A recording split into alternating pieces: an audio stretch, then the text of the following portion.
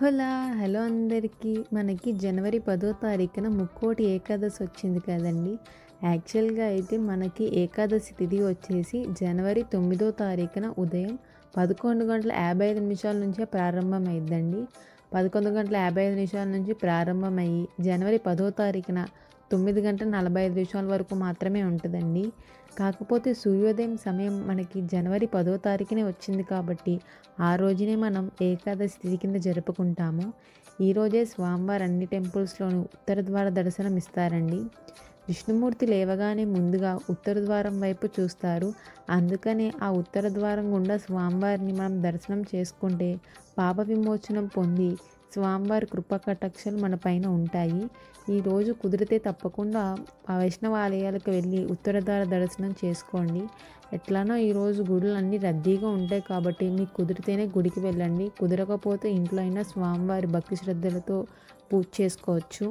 పూర్వం మురాసురుడు అనే రాక్షసుడు ఆ బ్రహ్మవరంతో దేవతలందరినీ హింసిస్తుండగా విష్ణుమూర్తి ఆ రాక్షసునితో 1000 ఏళ్ళు పోరాడి అలసిపోయి ఒక గుహలో విశ్రాంతి తీసుకుంటుండగా ఆ శ్రీహరి శరీరం నుంచి ఒక కన్య ఆవిర్భవించింది. ఆ మురాసురు రాక్షసుని స్త్రీ సంహరించింది.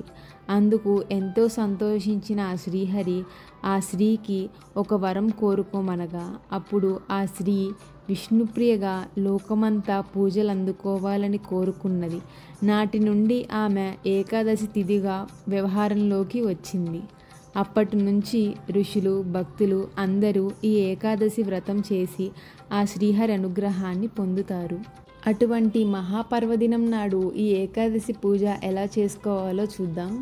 ఓపిక ఉన్నవాళ్ళు చాలామంది ఈ ఏకాదశిని వ్రతంలా చేసుకుంటారండి.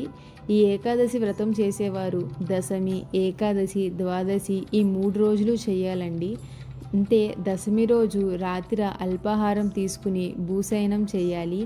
అంటే మంచం మీద కాకుండా నేల మీద పడుకోవాలి. మరుసటి రోజు ఏకాదశి రోజు ఉపవాసం ఉండి ద్వాదశి రోజు స్వామివారికి పూజ చేసుకున్న తర్వాత ఉపవాసం విరమించాలి. ఇలా ఏకాదశి వ్రతం చేసేవారు తప్పనిసరిగా 3 రోజులు చేయాలండి. ఈ ఉపవాసం అనేది పిల్లలు, వృద్ధులు, ఆరోగ్యం బాలేని వాళ్ళు చేయకూడదు. స్వామివారికి ఆరాధన ఎవరైనా చేసుకోవచ్చండి. కానీ వ్రతం, ఉపవాస దీక్ష చేయాలనుకునేవారు తప్పకుండా దశమి, ఏకాదశి, ద్వాదశి ఈ 3 రోజులు చేయాలి కాబట్టి మీ ఆరోగ్యాన్ని దృష్టిలో పెట్టుకుని చేసుకోండి. ఈ ఉపవాస దీక్ష చేసుకోవడం కుదరని వారు ఈ ఏకాదశి రోజు సింపుల్గా పూజ ఎలా చేసుకోవాలో చూద్దాము. దేవుడి గదిని చక్కగా శుభ్రం చేసుకుని స్వామివారికి బొట్లు పెట్టుకుని, స్వామివారు అలంకార ప్రియుడు కాబట్టి అన్ని పువ్వులతో చక్కగా అలంకరించుకోవాలి.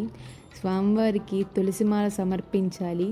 ఏకాదశి రోజు తులసిని కొయ్యకూడదండి. కాబట్టి దశమి నాడే తులసి ఆకుల్ని సేకరించుకోవాలి.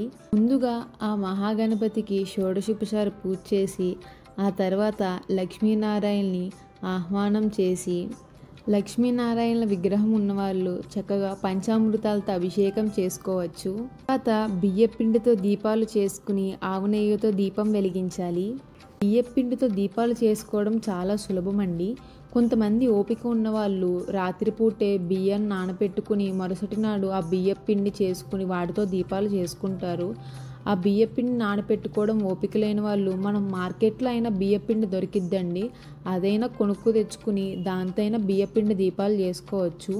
మనం ఎన్ని దీపాలు చేసుకుంటామో దానికి తగ్గట్టు బియ్యపిండిని తీసుకుని దాంట్లో కొంచెం బెల్లం పొడి లేకపోతే అరటిపండు అయినా మెత్తగా చేసుకుని వేసుకోవచ్చు. వేసుకున్న తర్వాత ఆవు పాలతో కలుపుకుని దీపం కింద చేసుకుని ఆవు నెయ్యితో దీపం వెలిగించాలి.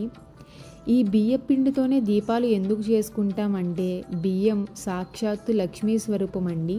లక్ష్మీదేవికి సంబంధించిన ప్రతీదీ స్వామివారికి ఇష్టం. అందుకనే మనం బియ్యపిండితో దీపాలు చేసుకుంటాము. ముఖ్యంగా చాలామంది కార్తీక మాసంలో ఈ బియ్యపిండి దీపాలు వెలిగించడం, దీపదానాలు కూడా బియ్యపిండి దీపాలతోనే చేస్తారు. బియ్యపిండి దీపాలు కొండెక్కాక వాటిని ఎవరు తొక్కని ప్రదేశంలో అయినా వేయచ్చు, లేకపోతే గోమాతకు అయినా పెట్టచ్చు. అవి కుదరకపోతే ఏదైనా నదీ ప్రవాహంలో అయినా కలిపేయచ్చు. కాబట్టి ఈ ఏకాదశి నాడు బియ్యపిండితో దీపారాధన చేసుకుంటే చాలా మంచిది.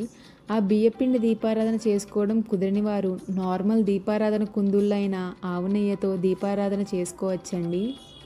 ఆ తర్వాత స్వామివారికి తులసి దళాలతో మీకు వచ్చిన విష్ణు శ్లోకాలతో పూజించుకోవాలి. ఆ శ్లోకాలు ఏమీ రానివారు ఓం నమో నారాయణాయ, శ్రీ విష్ణు రూపాయ నమఃశివాయ, ఓం నమో భగవతే వాసుదేవాయ, ఇలా మీకు వచ్చిన మంత్రాలతో పూజ చేసుకోండి. అలానే ఈరోజు లక్ష్మీదేవికి కుంకుమతో ఓం శ్రీ మాత్రే నమః అని చెప్పి పూజ చేసుకుంటే చాలా మంచిది. ఓపిక ఉన్నవారు తప్పనిసరిగా లక్ష్మీ అష్టకం, లక్ష్మీ అష్టోత్తరం చదువుకోండి. నైవేద్యం కింద ఫలాలు నివేదించుకోవచ్చు. కానీ ఏకాదశి నాడు అన్నం తినకూడదండి. ఎందుకంటే బ్రహ్మదేవుని శ్వేత బిందువులో నుంచి ఒక రాక్షసుడు జన్మిస్తాడు. తాను ఎక్కడ ఉండాలి అని బ్రహ్మదేవుని అడిగితే ఆయన ఏకాదశి నాడు అన్నాన్ని ఆశ్రయించి ఉండు అని చెప్తాడు. కాబట్టి ఈ ఏకాదశి నాడు ఆరోగ్య సమస్యలు, వృద్ధులు, పిల్లలు మినహాయించి అన్నం బదులు పలహారం, రవ్వతో చేసిన పదార్థాలు, రొట్టెలను ఆహారంగా తీసుకుంటారు. ఇలా మీ ఓపికకి తగ్గట్టు ఈ తొలి ఏకాదశి నాడు ఆ లక్ష్మీనారాయణ పూజ చేసుకుని వారి అనుగ్రహాన్ని పొందండి. ఓం నమో నారాయణాయ. Thank you for watching. మీకు కనుక ఈ వీడియో నచ్చితే please to like and subscribe to my channel. Thank you.